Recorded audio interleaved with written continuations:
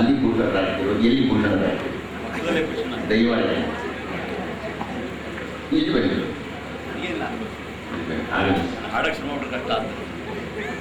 ಹೌದು, ಅವರು ಭಾರತವನ್ನು ಬಿಟ್ಟು ಹೋದವರು, ಈ ಅಮೆರಿಕಕ್ಕೋ ಜರ್ಮನಿಗೋ ಅಲ್ಲೋ ಇಲ್ಲೋ ಹೋದವರು. ವಾಪಸ್ ಬಂದಾಗ ಒಂದು 10 ದಿವಸ ಇದ್ದು ಹೋಗ್ಲಿಕ್ಕೆ ವಾಪಸ್ ಬಂದಾಗ ಈ ರೀತಿ ಮಾತಾಡ್ತಾರೆ. ಆ ಭಾರತ ಇದೆಯಲ್ಲ, ರಸ್ತೆ ಆಗಿದೆ, ಮನೆಗಳಾಗಿದೆ, ಸಂಸ್ಕೃತಿ ಆಗಿದೆ, ಅದು ಹಾಗಿದೆ, ಹೀಗಿದೆ. ಆ ಅಯೋಗ್ಯರಿಗೆ ಈ ನೆಲದ ಮೇಲೆ ಊಟ ಮಾಡಿದ್ದು, ಈ ನೆಲದ ಮೇಲೆ ಶಿಕ್ಷಣ ತಗೊಂಡಿದ್ದು, ಈ ನೆಲದ ಮೇಲೇನೆ ಸಂಸಾರ ಮಾಡಿದ್ದು ಎಲ್ಲವೂ ಗೊತ್ತಿದೆ. ಆದರೆ ಇನ್ಯಾವುದೋ ಒಂದು ಭೋಗಕ್ಕೆ ಹೋಗಿ ಈ ಯೋಗವನ್ನು ಮರೆತು ಬಿಡ್ತಾರೆ, ಜನ್ಮಭೂಮಿಯನ್ನು ತಿರಸ್ಕಾರ ಮಾಡಿಬಿಡ್ತಾರೆ. ಅಂತಹವರನ್ನು ಕಂಡ್ರೆ ನನಗೆ ಮಹಾ ದ್ವೇಷ. ಅವರಿಗೆಲ್ಲ ನಾನು ಹೇಳುವುದಿದ್ದೇನೆ ಯಾವಾಗಲೂ, ಮತ್ತೆ ನೀನು ವಾಪಸ್ ಬಂದೇನೆ ಮಾಡ್ತಾ ಇದೀಯ ಅಂತ. ಇದು ಸರಿ ಇಲ್ಲ ತಾನೆ? ಹಾಗಾದ್ರೆ ಎಲ್ಲ ಹೋಗಿದೆಯಾ ತಾನೆ, ಏನೋ ಕಲ್ತು ಬಿಟ್ಟಿದೆಯಲ್ಲ, ಬಂದು ಇಲ್ಲೇನಾದ್ರೂ ಮಾಡಾಗದೆ.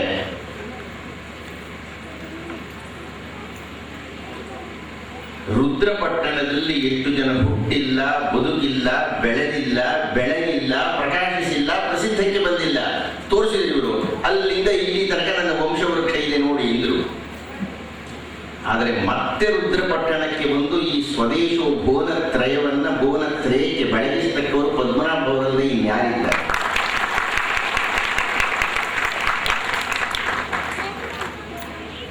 ಸಾಧ್ಯ ಇದ್ದೇನ್ರಿ? ಯಾರಿಗಾದ್ರೂ ಕಲ್ಪನೆ ಇತ್ತ?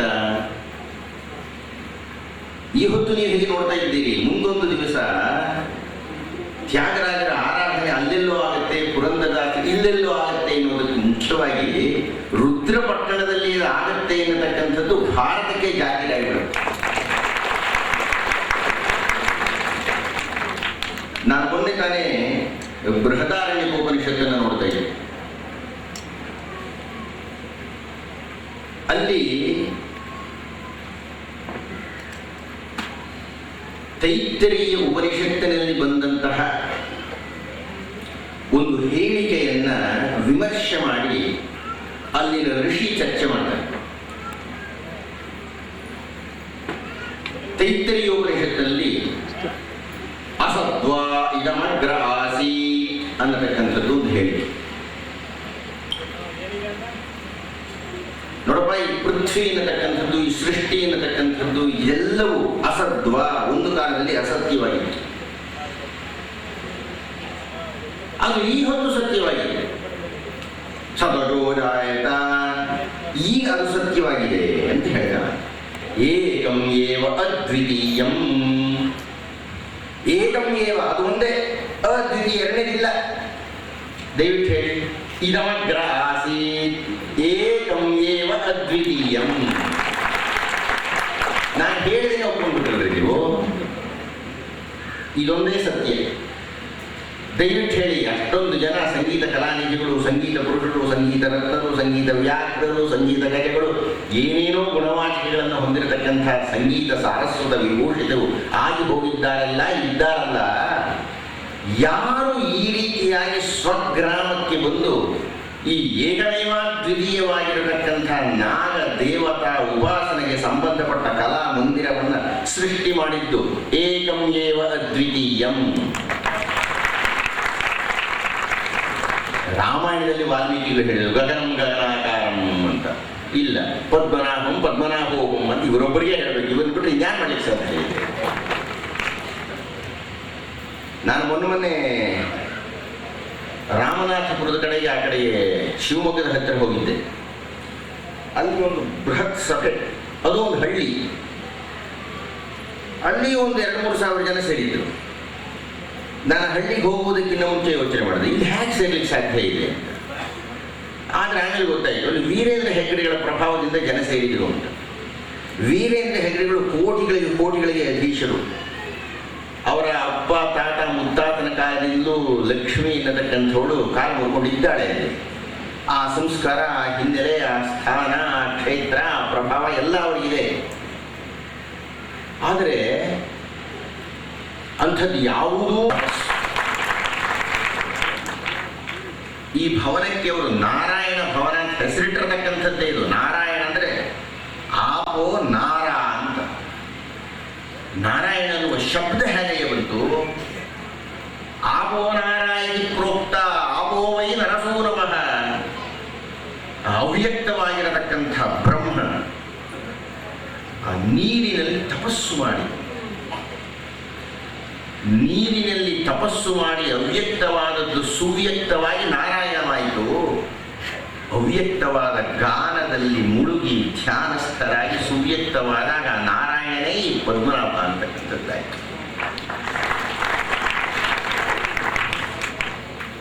ಬರೀ ಕರ್ನಾಟಕ ಏನು, ಭಾರತ ಏನು, ಇಡೀ ಪ್ರಪಂಚದಲ್ಲಿ ಬಹುಶಃ ವಾದ್ಯದ ಹಿನ್ನೆಲೆಯಲ್ಲಿ ಈ ತಂಬೂರಿಗೆ ಸಂಬಂಧಪಟ್ಟಿರತಕ್ಕಂಥ ಇನ್ನೊಂದು ಗಾನ ದೇಗುಲ ಯಾವುದಾದ್ರು ಇದೆಯಾ? ಉತ್ತರ ಹೇಳಿ ಜೋರಾಗಿ. ಹಾಗೆ ಮತ್ತೆಲ್ಲೂ ಇಲ್ಲದ್ದನ್ನು ಈ ರುದ್ರಪಟ್ಟಣದಲ್ಲಿ ಸ್ಥಾಪಿಸಿದ್ದಾರಲ್ಲ, ಅಂತಹ ಪದ್ಮನಾಭವರಿಗೆ ನೀವು ವಿಜಯವನ್ನು ಹೇಳಬೇಕು ತಾನೆ. ಆದ್ರಿಂದ ನಾನು ಹೇಳ್ತೀನಿ, ನೀವು ಹೇಳಿ, ಸನ್ಮಾನ್ಯ ಪದ್ಮನಾಭ ಅವರಿಗೆ ಒಕ್ಕೊರಲಿಂದ ಹೇಳಿ. ಗಾನ ಸಭೆ ಒಂದೇ ಹೇಳಿ, ಜಯವಾಗಲಿ, ವಿಜಯ, ಜಯ ಅಂತ ಹೇಳಬೇಡಿ. ಯಾವ್ದಾದ್ರು ಒಂದಿಟ್ಟು ಯಾವ್ದು ಇಟ್ಕೊಳ್ತೀರಿ? ಜಯವಾಗಲಿ. ಏನು ಸ್ವಾಮಿ ಕೌಶಿಕರೇ, ಆಗ್ಬೋದಾ?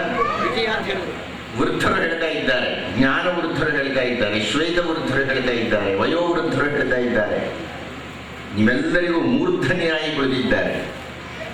ಈಗ ಹೇಳಿ, ಸನ್ಮಾನ್ಯ ಪದ್ಮನಾಭ ಅವರಿಗೆ, ಸನ್ಮಾನ್ಯ ಪದ್ಮನಾಭ ಅವರಿಗೆ, ಸನ್ಮಾನ್ಯ ಪದ್ಮನಾಭ ಅವರಿಗೆ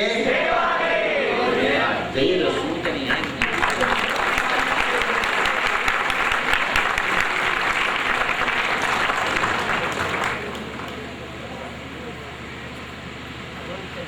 ರುದ್ರ ವೈಭವವನ್ನು ಕುರಿತು ಮಾತನಾಡಬೇಕು ಅಂತ ಇವರು ಹೇಳ್ತಾರೆ. ಪದ್ಮನಾಭ ವೈಭವವನ್ನು ನೋಡಿದ್ರೆ ನೀನೇನು ರುದ್ರ ವೈಭವ ಮಾತಾಡ್ತೀನಿ?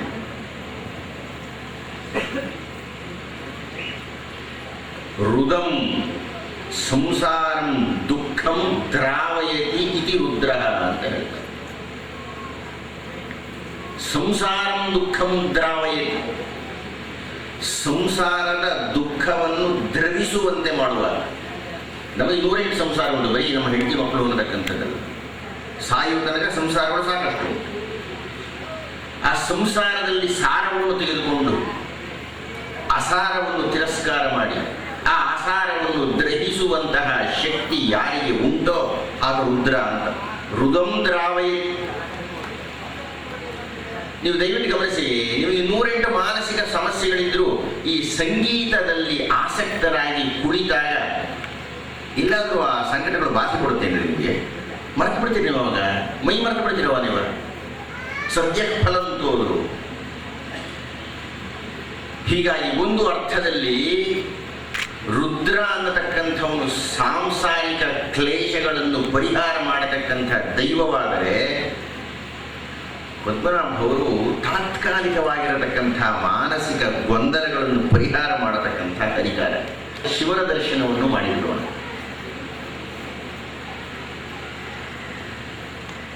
ವಾಸ್ತವವಾಗಿ ರುದ್ರ ಯಜುರ್ವೇದದಲ್ಲಿ ಬರತಕ್ಕಂಥ ಬಹಳ ಪ್ರಮುಖವಾದಂಥ ದೈವ. ಋಗ್ವೇದದಲ್ಲಿಯೂ ಉಂಟು. ಸಾಂಪ್ರದಾಯಿಕವಾಗಿ ರುದ್ರನನ್ನು ಅರ್ಚನೆ ಮಾಡುವುದು ಬೇರೆ, ಆದರೆ ನಿಜವಾದ ಅರ್ಥದಲ್ಲಿ ರುದ್ರನ ಅರ್ಚನೆ ಎಂದರೆ ಅದು ಸಂಗೀತಾರ್ಚನೆಯೇ. ಅದು ಹೇಗೆ ಎನ್ನುವುದನ್ನು ನನ್ನ ಉಪನ್ಯಾಸ ಮುಂದುವರಿದಾಗ ತಾವು ನೋಡಲಿದ್ದೀರಿ. ಸಾಂಪ್ರದಾಯಿಕವಾದ ಅರ್ಚನೆ ಏನಪ್ಪ ಅಂದರೆ, ನಮ್ಮಲ್ಲಿ ರುದ್ರ ಉಂಟು, ನಮಕ ಚಮಕಗಳು ಉಂಟು. ಆ ಚಮಕದಲ್ಲಿ 11 ಅಧ್ಯಾಯಗಳುಂಟು. ಒಂದು ಸಲ ರುದ್ರನನ್ನು ಹೇಳಿ, ನಮಕವನ್ನು ಹೇಳಿ, ಚಮಕದ ಮೊದಲನೇ ಅನುವಾದವನ್ನು ಹೇಳಿದ್ರೆ ಒಂದು ರುದ್ರ ಅಂತ ಕರೆದರು. ಸಂಪೂರ್ಣ ನಮಕ, ಚಮಕದ ಮೊದಲನೇ ಅನುವಾದ, ಅದನ್ನು ಒಂದು ರುದ್ರ. ಹೀಗೆ ಎರಡನೇ ಬಾರಿ ಚಮಕ, ಎರಡನೇ ಅನುವಾದದ ಚಮಕ, ಹೀಗೆ 1, 2, 3 ಹೀಗೆ ಹೇಳಿಕೊಂಡು 11 ಬಾರಿ ಹೇಳಿಬಿಟ್ಟರೆ, ಮತ್ತೊಮ್ಮೆ ಒಂದು ನಮಕ, ಚಮಕದ ಮೊದಲನೇ ಅನುವಾದ, ನಮಕ, ಚಮಕದ ಎರಡನೇ ಅನುವಾದ, ನಮಕ, ಚಮಕದ ಮೂರನೇ ಅನುವಾದ, ಹೀಗೆ 11 ಅನುವಾದಗಳ ತನಕ. ಅಂದರೆ 11 ಬಾರಿ ರುದ್ರ ನಮಕ, 11 ಬಾರಿ ಚಮಕ. ಇದನ್ನೇ ಹೇಳಿದರೆ ಒಂದು ರುದ್ರ ಅಂತ. ಹಾಗೆ ರುದ್ರ ರುದ್ರ ಪಾರಾಯಣವನ್ನು ಮಾಡತಕ್ಕಂಥದ್ದನ್ನ 11 ಮಂದಿ 11 ಬಾರಿ ಮಾಡಿದರೆ ಎಷ್ಟಾಗಿತ್ತದು? 121 ಬಾರಿ ಆಗುತ್ತೆ.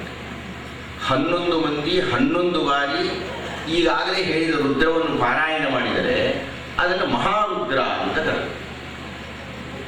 11 ಮಂದಿ 11 ದಿವಸ 11 ಬಾರಿ ಮಾಡಿದರೆ ಏನಾಗುತ್ತೆ?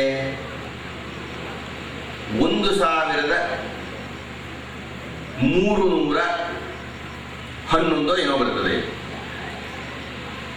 ಇದನ್ನ 11 ಮಂದಿ 11 ಬಾರಿ ರುದ್ರವನ್ನ 121 ದಿವಸಗಳು ಮಾಡಿದರೆ 14,641 ಬಾರಿ ರುದ್ರನ ಉಪಾಸನೆ ಆಗುತ್ತೆ. ಅದನ್ನು ಅತಿರುದ್ರ ಅಂತ ಕರೆದರು. ಸ್ತ್ರೀಯಾಗಿದ್ದಾಗ ವೆಂಕಟನಾರಾಯಣವರು ಸ್ವಲ್ಪ ಸಾಹಿತ್ಯವೂ ಇರಲಿಲ್ಲ. ಅವರು ಕಣ್ಣಿನಲ್ಲಿ ಹುಬ್ಬಿನಲ್ಲಿಯೇ ಸೂಚನೆ ಕೊಡೋ ಶಾಸ್ತ್ರೀಯ ಒಳಗೆ ಗಡಸಾಗಿಬಿಡುತ್ತೆ.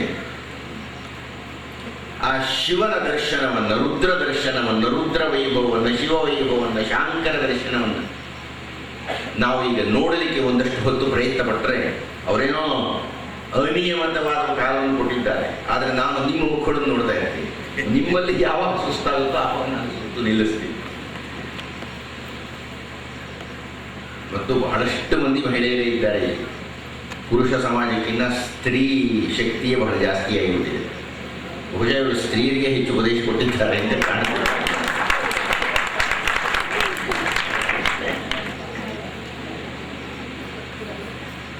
ಆತ್ಮೀಯರೇ, ನಮ್ಮಲ್ಲಿ ಒಂದು ಹೇಳಿಕೆ ಉಂಟು.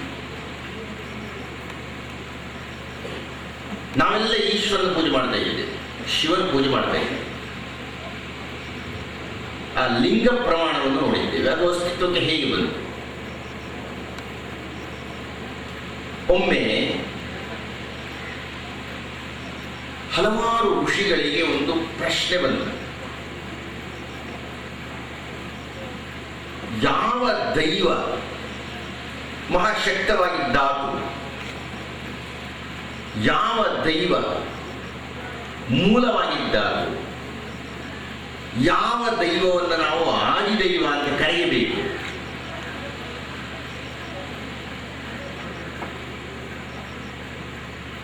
ಎಲ್ಲರ ಮುಖಂಡರಾಗಿ ಭೃಗ ಮಹರ್ಷಿಯ ನೇತೃತ್ವದಲ್ಲಿ ಋಷಿಗಳೆಲ್ಲ ಹೋಗಿ ಬ್ರಹ್ಮನನ್ನು ಭೇಟಿ ಮಾಡಿದ್ದಾರೆ. ಏನಪ್ಪ ಬ್ರಹ್ಮ? ಬ್ರಹ್ಮ ಅಂತ ಕರಿಬೇಕು, ನೆನಪಿಟ್ಟು ಅದನ್ನು ಬ್ರಹ್ಮ ಅಂತ ಕರಿಬಾರ್ದು. ಬ್ರಹ್ಮ ಏನಪ್ಪ ಬ್ರಹ್ಮ? ಬಿಳಿಗಡ್ಡ ಇದೆ, ವಿಷ್ಣು ಹರಿ ರುದ್ರನಲ್ಲಿ ಬಿಳಿಗಡ್ಡ ಇದೆ, ಬ್ರಹ್ಮನಿಗೆ ಬಿಳಿಗಡ್ಡ ಇದೆ ನೋಡಲಿಕ್ಕೆ. ಈ ಸೃಷ್ಟಿಯನ್ನೆಲ್ಲ ನೋಡಿಬಿಟ್ರೆ ನೀನೇ ಸೃಷ್ಟಿಕರ್ತ ಅಂತ ಹೇಳ್ತಾರೆ. ಆದ್ದರಿಂದ ತ್ರಿಮೂರ್ತಿಗಳಲ್ಲಿ ಬಹುಶಃ ನೀನೇ ದೊಡ್ಡವನೋ ಅಂತ ಕೇಳಿದೆ. ನಾನು ದೊಡ್ಡವನೋ ಅಲ್ಲೋ, ದೊಡ್ಡವನು ಅಂತ ಹೊಗಳಿಬಿಟ್ರೆ ಹೂವನ್ನು ಹಾಗಾಗ್ಬಿಡುತ್ತೆ. ಹೊಗಳಿಕೆ ಹಾಗೆ ಎಲ್ಲ ತಲೆ ಕೆಡಿಸುತ್ತೆ ನೋಡಿ.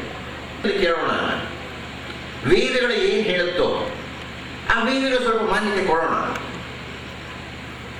ಒಂದೊಂದು ವೇದವು ಹೇಳಿದೆ ಬ್ರಹ್ಮಶಕ್ತಿ ಎನ್ನತಕ್ಕಂಥದ್ದೇ ಬಹಳ ವಿಶೇಷವಾದ್ದು. ಸತ್ಯಂ ಜ್ಞಾನಂ ಅನಂತಂ ಬ್ರಹ್ಮ ಪ್ರಜ್ಞಾನಂ ಬ್ರಹ್ಮ.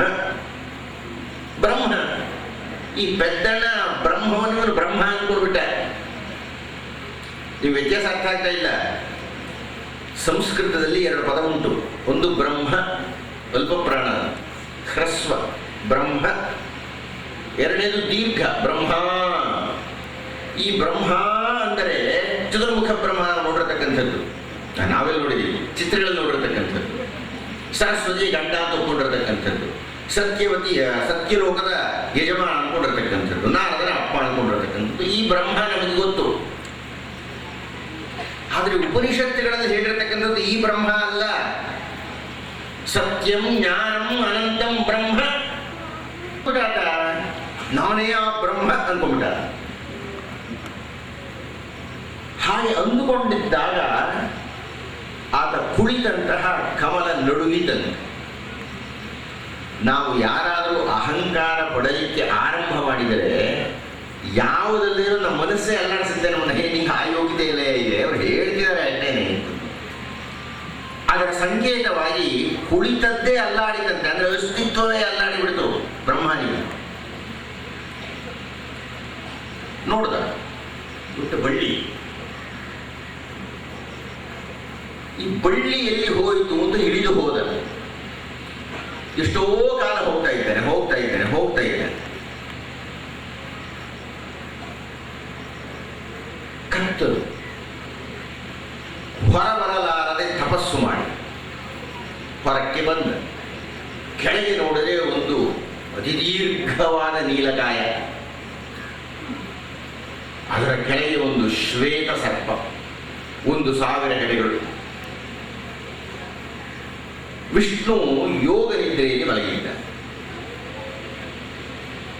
ಪೆದ್ದ ಇವನು ಒಂದು ಏಟು ಕೊಟ್ಟಂತೆ, ನಾನು ಬಂದಿದ್ದೀನಿ, ನೀನು ಮಲಕೊಂಡಿದೆಯಲ್ಲ ಎದ್ದೇಳು ಅಂತ ಹೊಡೆದ. ವಿಷ್ಣು ಎಂದು ಹೇಳಿದಂತೆ, ಏನು ಮಗು ಬಂದಿದೀಯಾ ವತ್ಸ ಅಂದನು. ನಾನು ಇಡೀ ಸೃಷ್ಟಿಕರ್ತ, ನನ್ನ ನೀನು ವತ್ಸ ಅಂತ ಕರೀತಾ ಇದೀಯಾ? ನೀನು ಪದ್ಮಪೀಠನಾದರೆ ನಾನು ಪದ್ಮನಾಭ, ನನ್ನ ಮಗ ನೀನು.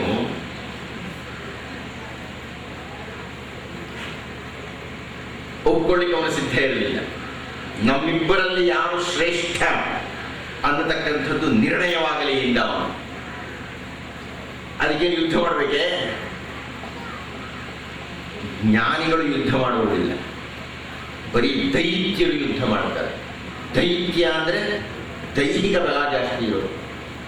ನೋಡಿದಿರಲ್ಲ ನೀವೆಲ್ಲ ಇದ್ದಾನೆ, ದೈಹಿಕ ಬಲ ಜಾಸ್ತಿ ಇರೋರು ಹ್ಯಾಕಿ ಕಿತ್ತಾಡ್ತಾರೆ. ನೀವೆಲ್ಲ ಜ್ಞಾನಿಗಳು ವಾದ ಮಾಡಬೇಕಷ್ಟೇ. ಹಾಗೆ ಅವರು ಯಾರು ದೊಡ್ಡವರು ಅಂತ ಚಿಂತನೆ ಮಾಡ್ತಾ ಇದ್ದಾಗ ಮಧ್ಯದಲ್ಲಿ ಒಂದು ಸ್ತಂಭವನ್ನು, ಪ್ರಕಾಶ ಸ್ತಂಭವನ್ನು, ಬೆಳಗಿನ ಸ್ತಂಭವನ್ನು, ಉರಿಯುವ ಗೋಳವನ್ನು, ಅದರಿಂದ ಒಂದು ಧ್ವನಿ ಬಂತು. ಪಾಪ ಇಬ್ಬರು ಒದ್ದಾಡ್ತಾ ಇದ್ದೀರಿ, ನಿಮ್ಮಿಬ್ಬರಲ್ಲಿ ಯಾರು ದೊಡ್ಡವರು ಅಂತ ನಿರ್ಣಯ ಮಾಡಬೇಕು ಅಂತ ಇದ್ದೀರಿ. ಈ ಸ್ತಂಭದ ಏನಮ್ಮ ಮಾತಾಡ್ತಾ ಇದೆಯಾ? ಆ ಪ್ರಕಾಶ ಸ್ತಂಭ ಹೇಳಿತು, ನೀವಿಬ್ಬರು ಯಾರು ದೊಡ್ಡವರು ಅಂತ ಹುಡುಕಬೇಕು ಅಂತ ಇದ್ದೀರಿ, ನಾನು ಒಂದು ಸೂಚನೆ ಕೊಡ್ತೀನಿ. ಒಬ್ಬರು ಮೇಲಕ್ಕೆ ಹೋಗಿ, ಒಬ್ಬರು ಕೆಳಕ್ಕೆ ಹೋಗಿ. ಅದಕ್ಕೆಲ್ಲ ಬೇರೆ ಬೇರೆ ವೇದಾಂತದ ಅರ್ಥಗಳಿದೆ, ಇರಲಿ. ಮೇಲಕ್ಕೆ ಹೋಗಿ ಯಾರು ನನ್ನ ತುದಿಯನ್ನು ಮೊದಲು ನೋಡ್ತಾರೆ, ಅಥವಾ ಕೆಳಕ್ಕೆ ಹೋಗಿ ಯಾರು ನನ್ನ ಮೂಲವನ್ನು ಮೊದಲು ಪತ್ತೆ ಮಾಡ್ತಾರೋ ಅವರು ಗೆದ್ದವರು ಅಂತ ತೀರ್ಪು ತೆಗೆದುಕೊಳ್ಳೋಣ. ವಿಷ್ಣು ವರಾಹಾವತಾರಿಯಾಗಿದ್ದಾತ, ಭೂಮಿಯನ್ನು ಬಗೆದು ನೋಡತಕ್ಕಂತಹ ಸಾಧನೆ ಇರತಕ್ಕ ಆತ ವರಾಹವನ್ನು ಆಶ್ರಯಿಸಿ ಕೆಳಕ್ಕೆ ಇಳಿದ. ಬ್ರಹ್ಮ ಹಂಸವಾಹನ, ಅವನು ಹಂಸವನ್ನು ಹತ್ತಿ ಮೇಲಕ್ಕೆ ಹೋದ. ಇದಕ್ಕೆಲ್ಲ ಬೇರೆ ಮತ್ತೊಂದು ಅರ್ಥ ಇದೆ. ಹಂಸ, ಪರಮಹಂಸ ಎಲ್ಲ ಸನ್ಯಾಸದ ಲಕ್ಷಣಗಳು. ಯಾವಾಗಲೂ ನೆಲದಲ್ಲಿ ಕೂಡದೆ ಊರ್ಧ್ವಗಾಮಿಯಾಗಬೇಕು ಹಂಸನಾಮಕರು ಅಂತ ಹೇಳ್ತಕ್ಕಂಥದ್ದು ಇರಲಿ. ಆಗಲಿ ಹೋಗಿ ಹೋಗಿ ಹೋಗಿ ಹೋಗಿ ಹೋಗಿ ಆ ಬ್ರಹ್ಮನಿಗೆ ಒಂದು ಕೇದಗೆಯ ಹೂ ಕಾಣುತ್ತದೆ. ಆ ಕೇದಗೆಯ ಹೂವನ್ನು ಕೇಳಿದ್ರೆ ಎಲ್ಲಿಂದ ಬರ್ತಾ ಇದೆಯಾ? ನಿನ್ನ ಪಕ್ಕದಲ್ಲಿ ಇದೆಯಲ್ಲಪ್ಪ ಪ್ರಕಾಶ ಸ್ತಂಭ, ಅದರ ತುದಿಯಲ್ಲಿ ಇಷ್ಟು ಹೊತ್ತು ನಾನು ಕೂತಿದ್ದೆ, ನನ್ನ ಪುಣ್ಯ ತೀರಿತು, ಆದ್ದರಿಂದ ಕೆಳಗೆ ಇಳೀತಾ ಇದ್ದೇನೆ. ಅದು ತುದಿ ನೋಡಿದ್ದಾನೆ, ನೋಡಿದ್ವಿ. ಹಾಗಾದ್ರೆ ನಿನ್ನ ಸಾಕ್ಷಿ ಹೇಳು. ಏನಂತ ಸಾಕ್ಷಿ ಹೇಳಬೇಕು?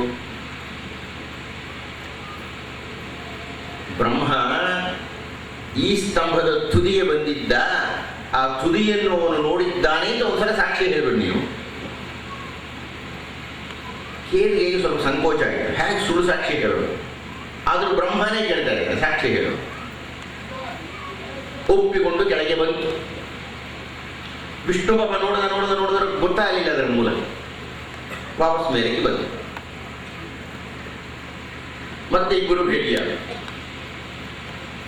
ಅವರು ಹೋಗುವುದಕ್ಕಿಂತ ಮುಂಚೆ ಒಂದು ನಿರ್ಣಯವಾಗಿತ್ತು. ಯಾರು ಗೆಲ್ಲುತ್ತಾರೋ ಅವರಿಗೆ ಸೋತವರು ಪೂಜೆ ಮಾಡಬೇಕು ಅಂತ. ಇಬ್ಬರು ಭೇಟಿಯಾದರು. ನೋಡದಂತೆ ವಿಷ್ಣು ಸೋತಿದ್ದಾನೆ, ಬ್ರಹ್ಮ ಗೆದ್ದಿದ್ದಾನೆ, ಪಕ್ಕದಲ್ಲಿ ಒಂದು ಸಾಕ್ಷಿ ಬೇರೆ ಇದೆ. ಈ ಸಾಧ್ಯ ಆಗಿದೆಯಲ್ಲ ನಮ್ಮಲ್ಲೇ. ಈಗ ಆಗಿದೆಯಲ್ಲ ನಮ್ಮ ಲೌಕಿಕದಲ್ಲಿ, ಅದನ್ನ ಶತರುದ್ರೀಯದಲ್ಲಿ ಚಿಂತನೆ ಮಾಡ್ತಾರೆ. ಇದನ್ನ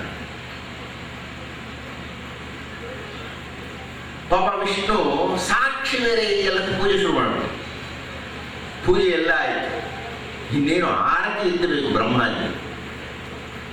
ಆಗ ಆ ಪ್ರಕಾಶ ಸ್ತಂಭ ನಡುಗಿತು, ಗುಡುಗಿತು, ಸಿಡಿಲಿನಂತೆ ಮೊರೆಯಿತು. ಅಲ್ಲಿ ಅದಕ್ಕೆ ರುದ್ರ ಹೇಳಿದ, ಏನ್ ನಿನ್ನ ನನ್ನ ಮಗ ಅಂತ ಕರೀತಾ ಇದ್ದೀಯ? ನಾನು ತಪಸ್ಸನ್ನು ಮಾಡಿ ಯಜ್ಞ ಮಾಡ್ತಾ ಇದ್ದಾಗ ನನ್ನ ಬೆವರಿನ ಬಿಂದು ಬಿದ್ದದ್ರಿಂದ ತಾನೇ ನೀನು ಹುಟ್ಟಿದ್ದು ಅಂದ. ಅಯ್ಯೋ ಪೆದ್ದ, ನಾನು ನಿನಗೆ ಹುಟ್ಟಬೇಕು ಅಂತ ನೀನು ತಪಸ್ಸು ಮಾಡಿದೆ. ನೀನು ನನ್ನನ್ನು ಕುರಿತು ತಪಸ್ಸನ್ನು ಮಾಡಿದ್ರಿಂದ ನಾನು ನಿನಗೆ ಹುಟ್ಟಿದ್ರೆ ನಿನ್ನ ಮಗ ಅನ್ಕೊಂಡ್ಬಿಟ್ಟ ನೀನು?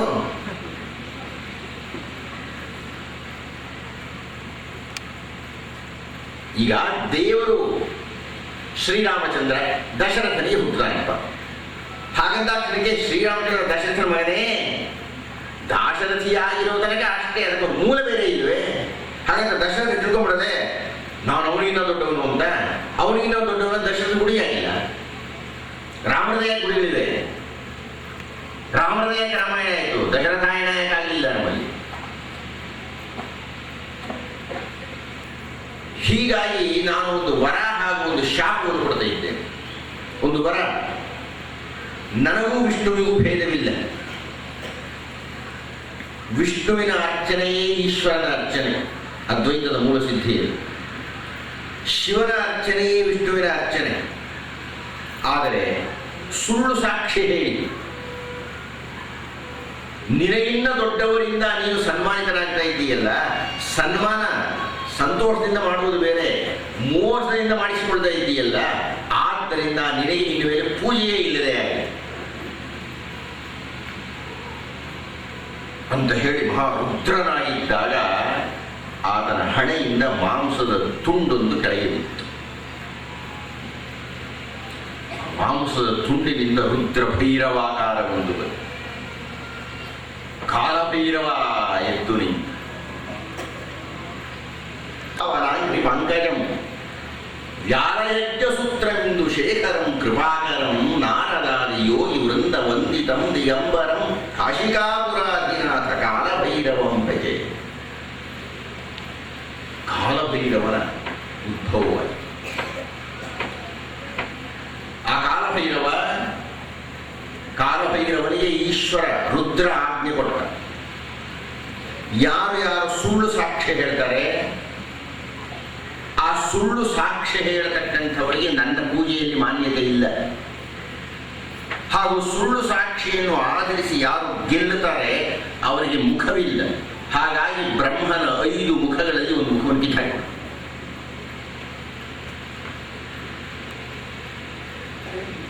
ಅಂದಿನಿಂದ ಅವನು ಚತುರ್ಮುಖ ಬ್ರಹ್ಮನಾಥ ಕ್ಷಮಾಪಣೆಯನ್ನು ಕೇಳಿದ. ಕೇದಗೆಗೆ ಈಶ್ವರನ ಪೂಜೆಯಲ್ಲಿ ಸ್ಥಾನವಿಲ್ಲದೆ ಹೋಯಿತು. ಇಂದಿಗೂ ಕೇದಗೆಯಿಂದ ಪೂಜೆ ಮಾಡುವುದಿಲ್ಲ ನಾವು ಈಶ್ವರನ ಪೂಜೆ. ಆ ಪ್ರಕಾಶ ಸ್ತಂಭ ಇತ್ತಲ್ಲ, ಆ ಪ್ರಕಾಶ ಸ್ತಂಭ ಕಿರಿದಾಗಿ ಕಿರಿದಾಗಿ ಕಿರಿದಾಗಿ ಕಿರಿದಾಗಿ ಶಿವಲಿಂಗವಾಯಿತು. ಆ ಶಿವಲಿಂಗವನ್ನೇ ನೀವು ದೇವಸ್ಥಾನಗಳಲ್ಲಿ ಅರ್ಚನೆ ಮಾಡತಕ್ಕಂಥ ಶಿವಲಿಂಗ. ಜ್ಯೋತಿಯೇ 12 ದಿವ್ಯ ಕ್ಷೇತ್ರಗಳಲ್ಲಿ ತನ್ನ ದರ್ಶನವನ್ನು ಕೊಡದ ಭಾರತದಲ್ಲಿ ವಿಜೃಂಭಿಸಿತು. ಅದನ್ನೇ ನಾವು 12 ಜ್ಯೋತಿರ್ಲಿಂಗಗಳು ಅಂತ ಕರೆದು. ಸೌರಾಷ್ಟ್ರೇ ಸೋಮನಾಥಂಚ, ಶ್ರೀಶೈಲೇ ಮಲ್ಲಿಕಾರ್ಜುನ, ಉಜ್ಜಯಿನ್ಯಾಂ ಮಹಾಕಾಲಂ, ಓಂಕಾರಮಮರೇಶ್ವರ,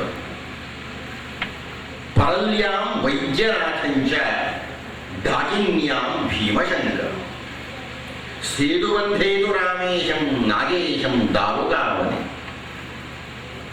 ವಾರಾಣಸ್ಯಾಂತು ವಿಶ್ವೇಶಂ ತ್ರ್ಯಂಬಕಂ ಗೌತಮೀತ, ಹಿಮಾಲಯೇತು ಕೇದಾರಂ ಘಸೃಣೇಶಂ ಶಿವಾಲಯೇ ಅನ್ನತಕ್ಕಂತಹ 12 ಜ್ಯೋತಿರ್ಲಿಂಗಗಳಲ್ಲಿ ಆ ರುದ್ರ ಶಿವನಾಗಿ ಈಗೂ ತನ್ನ ವಿಶಿಷ್ಟ ಶಕ್ತಿಯ